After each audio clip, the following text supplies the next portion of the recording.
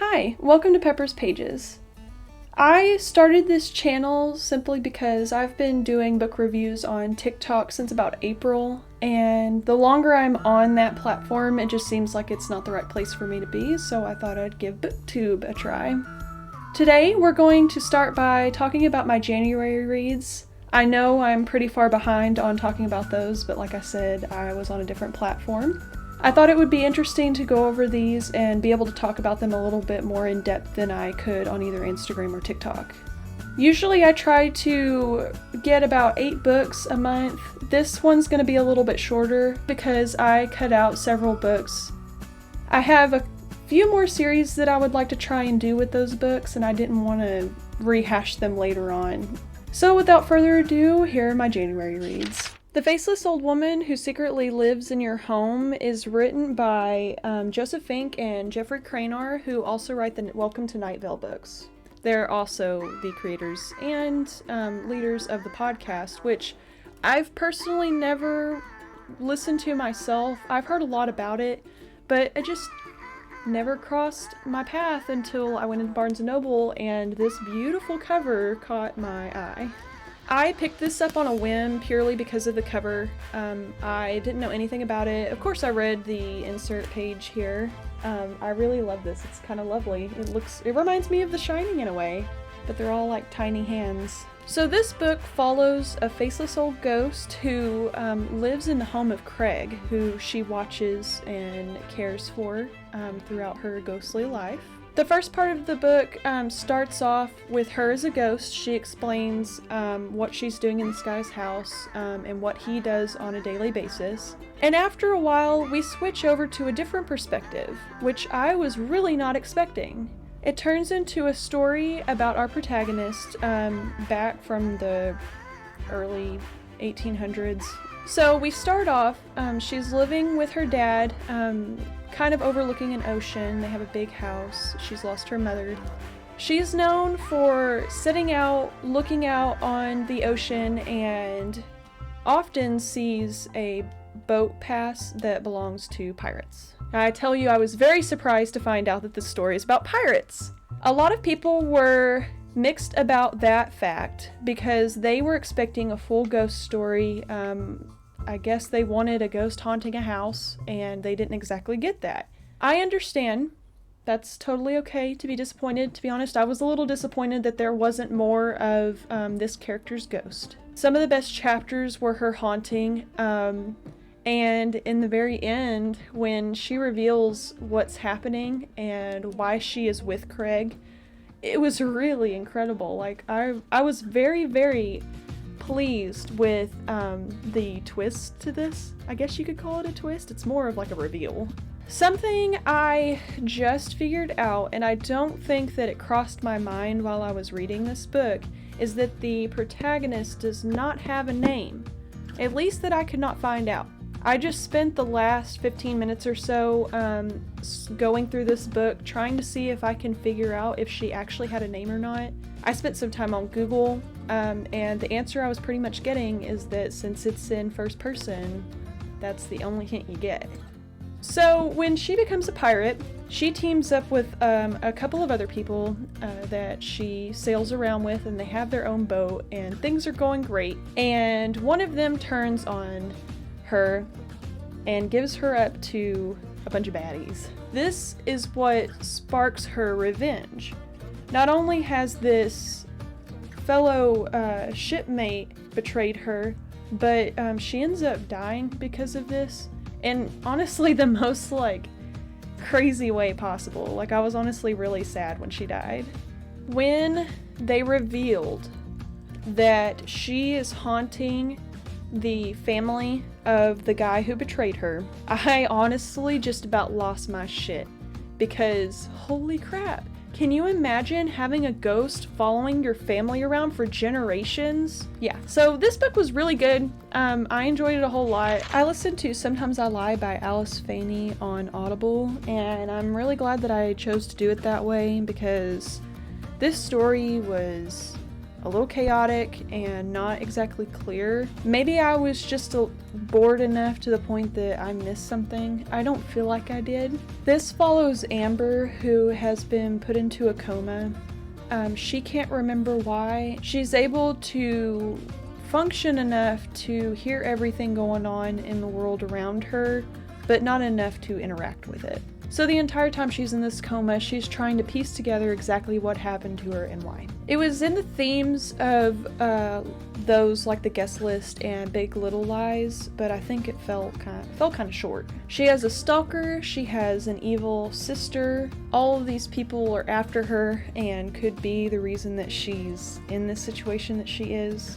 I really could not tell you most of the story because my brain just let it go, and that normally doesn't happen. I can remember most of the books I've read even if it was a while back. When she does figure out what happened to her and who it was, the story ends up taking kind of a turn because they reveal who it is and then they're like, well, we have to reveal this other thing.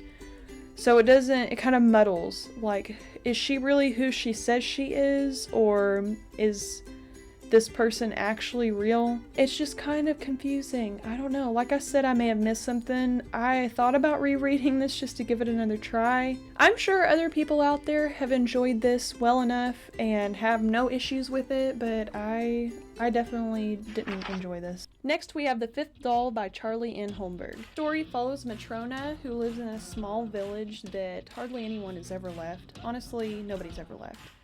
And her life centers around making her parents happy by getting married to a man she necessarily does not want to be married to. She's in love with a local townsboy who is a blacksmith, if I'm remembering right. Well, Matrona gets a little curious one day and tries to return a paintbrush to the hermit who lives in a little house outside the village. So she gets herself into a lot of trouble when she opens up a nesting doll, and it ends up making her dad very sick. She is then forced to take the doll maker's position and live out her life caring for them. Matrona does not want to do this at all. He makes her come over to his house daily and learn how to create these dolls and care for them. I really enjoyed this story. It was a very quick little read. I bought this forever ago and completely forgot about it on my shelf for the longest time and finally picked it up, and I'm really glad that I did. It's mostly focusing around holding on to your identity and not allowing others to steal it. So, if you're interested at all, I suggest you pick this up because I really enjoyed it. It wasn't the most exciting book in the world, but it was definitely pretty good. Another Audible that I read in January was The Guest List by Lucy Foley. This was one of those thriller dramas, much like Big Little Lies. There were a lot of perspectives in this. Those being the caretaker who owns this little island, the bride, the bride's sister, the best man, and one of the groomsmen's wife. All of this takes place the night before the bride's wedding. It's mostly just a lot of old drama that gets pulled up and everybody's trying to process it and deal with it. I think the character I felt the worst for was probably the groomsman's wife.